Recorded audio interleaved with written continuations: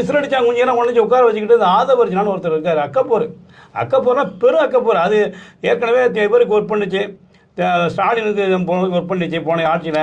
திமுக அங்கேருந்து உடனே ஆமாம் சபரிசன் டீம்னு சொல்லிட்டு அது ஒரு டீமை போட்டு ஒர்க் பண்ணுச்சு. அப்புறம் அங்கேருந்து ஜம்ப் ஆகி விடுதலை சிறுத்தைக்கு வந்துச்சு. வந்த உடனே திருமாவளவன் முதல்வராக்கிட்டு தான் மறுவேலை அப்படின்னுச்சு.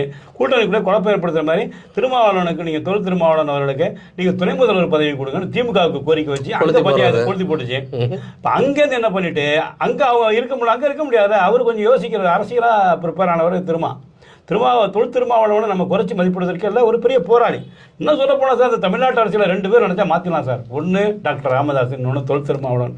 2 பேரும் ஒட்டுமொத்தமாக ஒரு முடிவு கைகளாக வந்தாங்கன்னா வேற லெவல் தமிழ்நாட்டு அரசியல் ஒரு அரசியல் பிரளயமே புரட்டி போட்டுரும். ஆனால் இவங்க அதுக்கு பாமக ரெடியாக இருக்க மாதிரி தெரியுது. பட் திருமாவளவன் ஆனால் அதற்கான சந்தர்ப்பங்கள் ஒவ்வொரு தடவை அமையும்னு எதிர்பார்ப்பு இருக்கு. ஆனால் அது இல்லை, போயிடுது.